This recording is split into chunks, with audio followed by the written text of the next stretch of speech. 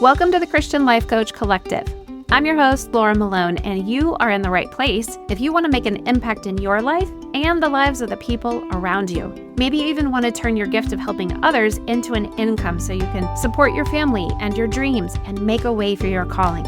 I'm here to guide you because you deserve to have encouragement and resources and somebody invested in you as you go invest yourself into everyone else. Let's dive into today's episode. So today we are talking about something everybody experiences and I am smack in the middle of. It's feeling unmotivated.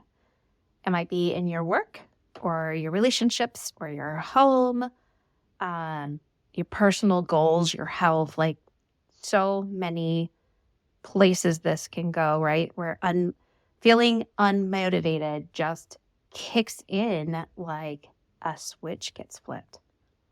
And sometimes the drive to just take any kind of action, it's just not there.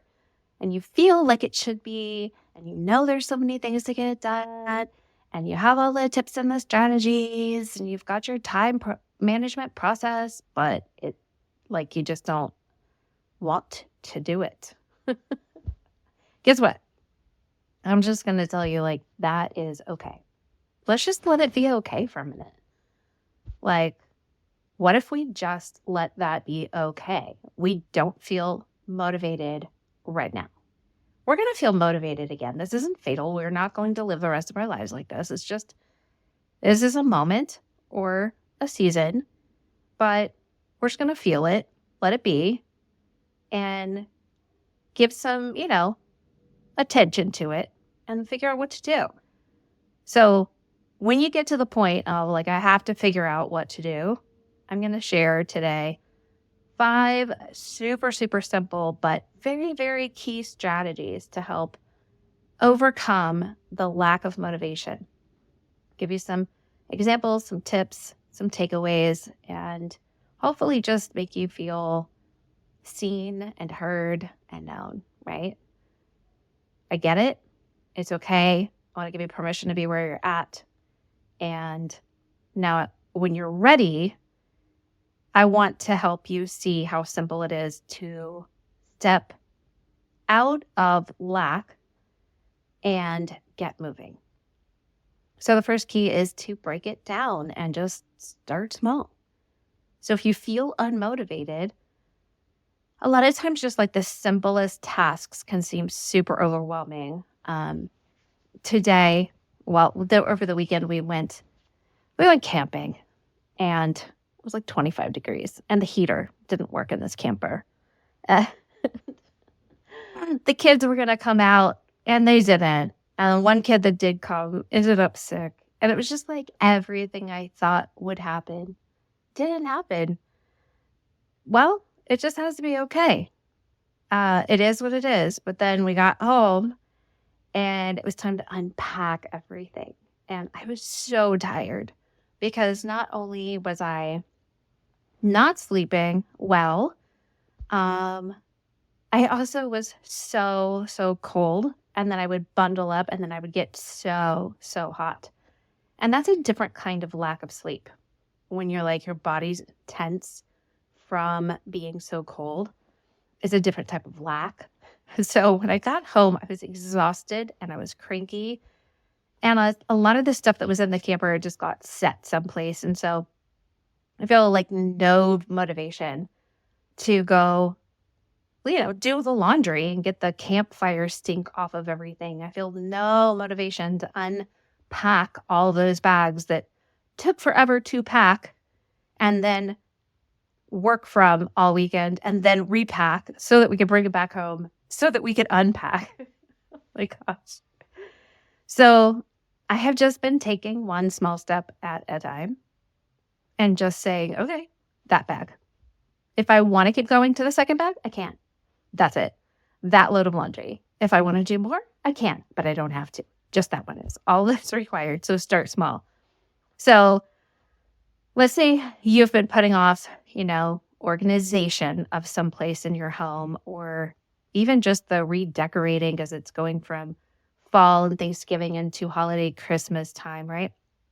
So instead of saying I need to reorganize this entire space or I need to redecorate the entire house, start with just one drawer, one cabinet, one shelf, one room, whatever you need to do. Just pick one little thing, set a timer, 5 minutes, 10 minutes, just go tackle that one thing. And then a lot of times, because we suffer from inertia, it's like if we get stopped, we will stay stopped. But those taking that one small action and telling yourself, I'm only going to do this one thing for just 10 minutes, oftentimes that can breed more momentum for you. And then from that place, you might find you do want to do more laundry. You do want to keep decorating because you just got started. So that guy, James Clear, who wrote Atomic Habits, he says just to start with just 2 minutes. Because if you can do anything for just 2 minutes, you're more likely to keep going into 5 or 10 or 20 minutes and get more done. So the key takeaway here is to shrink the task until it just feels doable. And then celebrate that little thing that you got done, right? Go make yourself some hot chocolate. Or I buy these LMNT is the brand. like Element, but it's LMNT. And I buy the chocolate caramel electrolytes. And so it's like chocolate caramel salt. And it's electrolytes, and you can mix it with hot water or hot milk. And it is the best, most delicious, low sugar, no sugar, something, I don't know. Hot chocolate. You can even put marshmallows on it. I shake it up in my iced coffee, or you can just put it in your hot coffee. It's so good. That is oftentimes my reward, 1 o'clock, 2 o'clock in the afternoon for getting so much done. I get electrolytes. Number 2 is to revisit that, what I call your solid reason why. Anytime you've got something you want to do, when you can really dive deep into your solid reason why you want it, it'll help you keep focused. And sometimes your lack of motivation is stemming from the fact that you lost sight of the purpose. You lost sight of the solid reason why behind why you want this or what you're doing.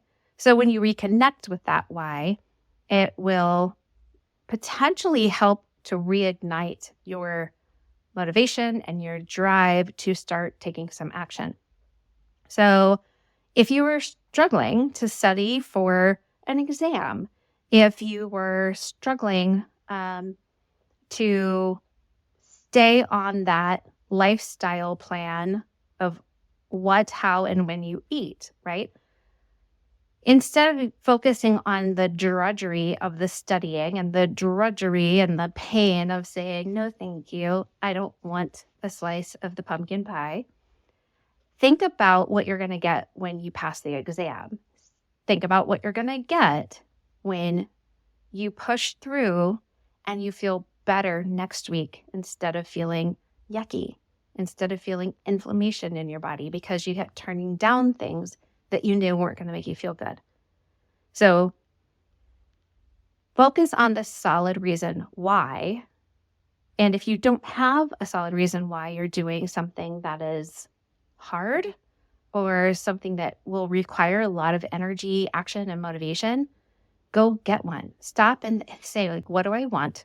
Why do I want it? Why do I want that? Why is that important to me? And just keep digging in and really clarify your solid reason why. And then that's what's going to happen is you're going to have that solid reason why when you lack motivation to go back to. So maybe you have a lack of motivation because you never even had a good solid reason why. That's possible. So write it down and put it someplace where, maybe it needs to be on your desk. Maybe it needs to be in the kitchen. Put it someplace visible. You can keep contact with it. Simon Sinek, I don't know how you say his name. He's got this famous TED Talk. And he always talks about starting with the why because motivation is higher and you will thrive in greater motivation when your purpose and your why is very clear and it's very individualized to you and why you want it. So the key takeaway here is to make your reason for starting so compelling that it pulls you forward into it. It's like magnetic, even when the process feels really hard to get started on or to stick with or to finish. Number 3, change your environment. Just go somewhere else, go to a coffee shop, take yourself out to lunch, right? Or shift your seating arrangements. Your atmosphere, your surroundings, your ecosystem, it all has a huge impact on what you're seeing and taking in and how you're comfortable, and the energy of having people around you, the energy of not having people around you. It's going to really impact how you feel motivated. So sometimes that lack of motivation is just your brain responding to something that is like, I don't know, uninspiring or kind of boring or stale, right? Some same old, like, I'm just doing the same thing. Kick it up a notch. Go somewhere different. Go outside. Sit in your car in a parking lot with a beautiful view. Do anything. So if you're stuck trying to get like a project done or write a report or do something for work, go to a different room. Go sit on the couch if you work from home. Go outside, or, just getting, maybe take a walk. Maybe you can take a walk and get your like voice memo out or your note app and do some of the processing and the work that you need to do while you take a walk. I don't know, do anything you can to like refresh yourself, spark some creativity, do a little Googling, get on Pinterest and find some things that inspire you and create like a action in your brain about whatever it is your project or your report or your task is about. So decluttering is one way you can change your environment and then just help to clear the way for your brain, for your mind to feel like there is a clean path. So I just know that when I have like a bunch of stuff on my desk, it's really hard to stop and sit and go, okay, I have clarity about what my next podcast topic is. I struggle because my visual environment is cluttered. And so I struggle to have this inner mental, clean and clear environment. So do what you can to just make your space, if you're going to stay at home and not like actually leave the environment for another one, then just clean it up or put like, a candle or a pretty picture. Do something that just helps your mental focus be more, I don't know, I'm going to say enjoyable. Honestly, let's just make it enjoyable. So the key takeaway here is that when motivation dips, and obviously it's gonna, just shake it up a little bit and change your physical surroundings or space, because even just little small things can add up and give you a big breakthrough. Number 4, create accountability. Some of us really have to have external accountability, and we're more likely to do something because somebody else is actually counting on us. Accountability can really provide a little bit of mental and emotional push that we sometimes need when our own internal accountability and internal expectations and motivation isn't enough to drive us. So if you say, I'm going to go to the gym, go find somebody else who wants to go to the gym, wants to exercise, wants to like get out there and do something. Because if you know that they're waiting for you, it's much harder to skip. And I think it's Gretchen Rubin and her 4 Tendencies book. She talks about find somebody to work out with, and then at the end of every workout, send them home with one of your shoes and take home one of theirs. That way you have to go back because your friend cannot work out without the shoe that you have. Sometimes we have to conjure up little pathways towards accountability. And a pro tip here is to use an app that actually just tracks your progress and maybe gives you even like a game, or how do you say that? Like a sense of accountability in that you get a reward, like you're playing a game.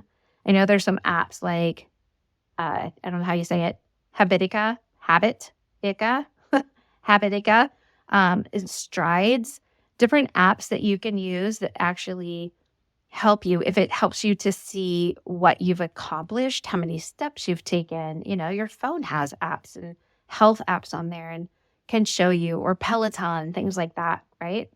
So if you can't hold yourself accountable, then let somebody or something else help do it for you. And number 5, I'm just going to say to make sure that you are practicing self-compassion.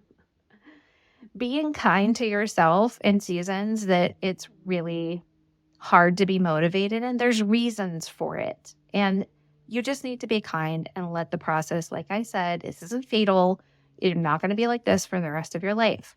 We all get unmotivated from time to time. So don't shame yourself. Don't berate yourself. Okay? Because that's literally just going to make the problem worse and make you not want to do anything. So if you've spent a whole day procrastinating on something that you want to do or feel like you should be doing, instead of being like, I'm so lazy, I don't know what's wrong with me, just acknowledge that you have procrastinated, you don't feel motivated, and then keep going, right? So say like, I didn't do very much today, but that's okay. Tomorrow's a new day. We're going to start over. So self-compassion isn't something that just lets you, it doesn't say like you're off the hook. It's not, you don't have to do it. It didn't need to get done. It's just saying like, you're having a struggle. Let's be kind. You want to foster resilience and build that skill set within yourself personally that allows you to be flexible, to ebb and flow.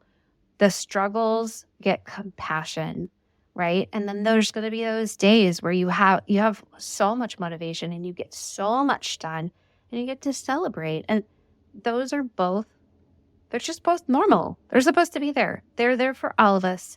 Don't kick yourself. So treat yourself the way that you would treat a friend who feels stuck. Grace will always lead to growth down the road. So how would you coach somebody else? How would you pray for them? How would you speak to them? That is what you should be giving yourself. So here's my challenge. This week, I just want you to pick one of these things if you're feeling unmotivated. Maybe it's not this week. Maybe it's today. Put this one thing into practice, or more than one thing. It's fine. So if you're overwhelmed, then just break something, your project or your task or whatever it is, into smaller steps and just do the first one. If you're struggling to find purpose and you just don't feel inspired, write down your solid reason why and sit in it and put it someplace written out, visible, right? Change your environment, declutter, clean up, go someplace different, ask a friend to hold you accountable to getting something done by a certain time frame. Do something that is kind and helpful to get going. Because feeling unmotivated doesn't mean that you have failed. It's just part of the journey. It's part of the human experience. Here we go. The key is that you want to recognize it. I don't feel motivated. And then lean into simple key strategies, like one of these things, and then trust that eventually motivation is going to return and you're going to get things done. So thanks for listening, being there with me. I am practicing. This was a baby step for me. This is one of those, I have this big looming thing in front of me, and I just said, I'm going to just take one of those and we're going to do it because this is where I'm at. I don't feel motivated. This is totally something I could talk about right now. And it'll probably be really helpful to a lot of people. Some of us are just very, very tired at this stage of the year and need a little extra oomph and inspiration to get us moving again, right? So if you find any of this episode helpful, then just share it with somebody who also needs a little extra inspiration and motivation and encouragement to get going this week. And until next time, just remember that your small steps will lead to big change. It always does. It might sound cliche, but it just keeps being true. You've got this, and I'm in it with you. Love you guys. Have a great week. If you'd like to work with me and get coaching, become a coach, or start a coaching business, check out all the courses and coaching I offer at sterlingandstonementoring.com, or you can scroll through the show notes to find all the links that you need. I pray that your day will be full of joy, hope, transformation, and the presence of God.